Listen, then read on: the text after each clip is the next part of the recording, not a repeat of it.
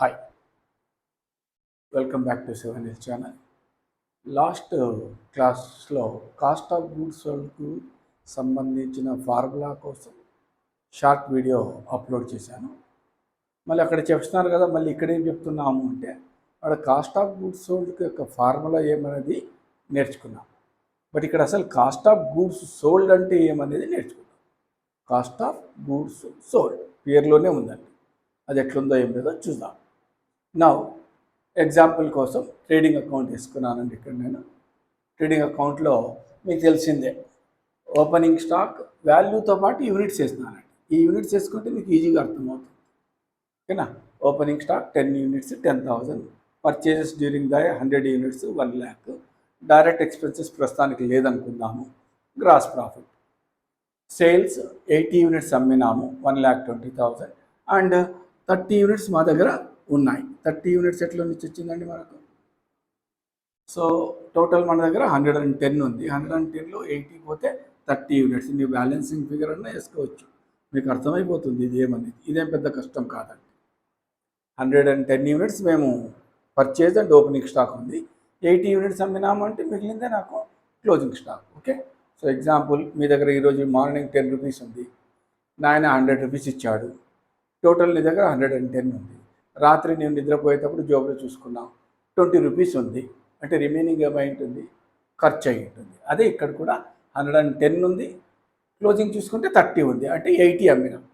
లేదా 80 అమ్మినామని నేను రికార్డ్ దగ్గర ఉంటే 30 రూపీస్ నీకు మిగిలి ఉంటుంది. ఓకేనా? సో ఇది యూనిట్స్ రూపంలో. సో ఇది రూపీస్ రూపంలో. దీన్ని ఎక్స్ప్లెయిన్ చేసే అవసరం ఉండదు నాకు. Sales, closing stock 150 and gross profit ఈ రెండు తీసేస్తే మనకు వస్తుంది ఇది బ్యాలెన్సింగ్ ఫిగర్. ఇందులో కాస్ట్ ఆఫ్ గూడ్స్ సోల్డ్ లేదండి. ఉంది, లేకుంటే గ్రాస్ ప్రాఫిట్ రాదు.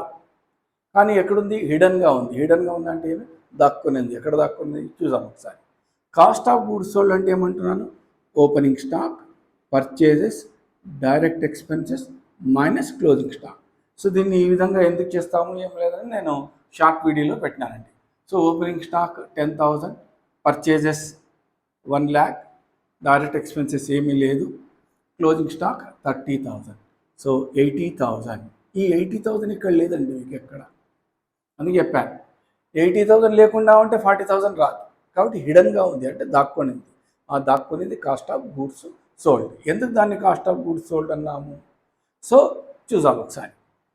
నంబర్ ఆఫ్ యూనిట్స్ సోల్డ్ కాకుండా number of units sold correct పెట్టుకుందాం మనం. ఎన్ని యూనిట్స్ అమ్మినాము చూద్దాం ఒకసారి. 10 యూనిట్స్ నా దగ్గర ఓపెనింగ్ స్టాక్ ఉంది, పర్చేజెస్ 100 యూనిట్స్ ఉంది, క్లోజింగ్ స్టాక్ 30 యూనిట్స్ ఉంది. అంటే ఎన్ని అమ్మినాం మనం? 80 యూనిట్స్. దీని యొక్క కాస్ట్నే కాస్ట్ ఆఫ్ గూడ్స్ సోల్డ్ అంటారు. దీని యొక్క కాస్ట్ బాగా గుర్తుపెట్టుకోండి. ఎన్ని యూనిట్స్ అయితే అమ్మినామో అన్ని యూనిట్లకు సంబంధించిన కాస్ట్ను కాస్ట్ ఆఫ్ గూడ్స్ సోల్డ్ అంటారు. ఇంతే అండి. So cost of goods sold అంటే కన్ఫ్యూజ్ అయ్యే అవసరం లేదు. కాస్ట్ ఆఫ్ గూడ్స్ సోల్డ్ అంటే దాని అర్థమేమి? మనం ఎన్ని యూనిట్లు అయితే అమ్మినామో ఆ అమ్మిన యూనిట్ల యొక్క కాస్ట్ను మనము cost of goods sold, correct చెప్పాలంటే తెలుగులో అమ్మిన యూనిట్ల యొక్క వ్యయం అంటారు. అమ్మిన యూనిట్లు ఎంత? 80. దీని యొక్క కాస్ట్ ఎంత? 80,000. ఈ 80,000 ఏమప్ప అంటే మనం ఎన్ని యూనిట్లు అయితే అమ్మినామో దాన్ని యొక్క కాస్ట్ను కాస్ట్ ఆఫ్ గూడ్స్ సోల్డ్. దీన్ని మనము COGS, cost of goods sold. ఇది ఇంత షార్ట్ వీడియోలో రికార్డ్ చేయడానికి రాదు కాబట్టి కొంచెం టైం తీసుకొని దీనికోసం ఎక్స్ప్లెయిన్ చేస్తున్నానండి. సో ఇటువంటివి మీకు ఏమన్నా చిన్న చిన్న పాయింట్స్ డౌట్ ఉంటే మీరు కామెంట్ బాక్స్లో పెడితే వాటిని కూడా ఎక్స్ప్లెయిన్ చేయడానికి ప్రయత్నం చేస్తాను. సో దీనికన్నా ముందు ఒక షార్ట్ వీడియో ఉంది, COGSని ఎట్లా కనుక్కుంటారనేది, అది నేర్చుకోండి.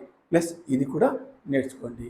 చాలామందికి నేర్చుకునేటట్లు ఇన్ఫర్మేషన్ ఇవ్వండి. సబ్స్క్రైబ్ చేసి షేర్ చేయండి. ఓకే.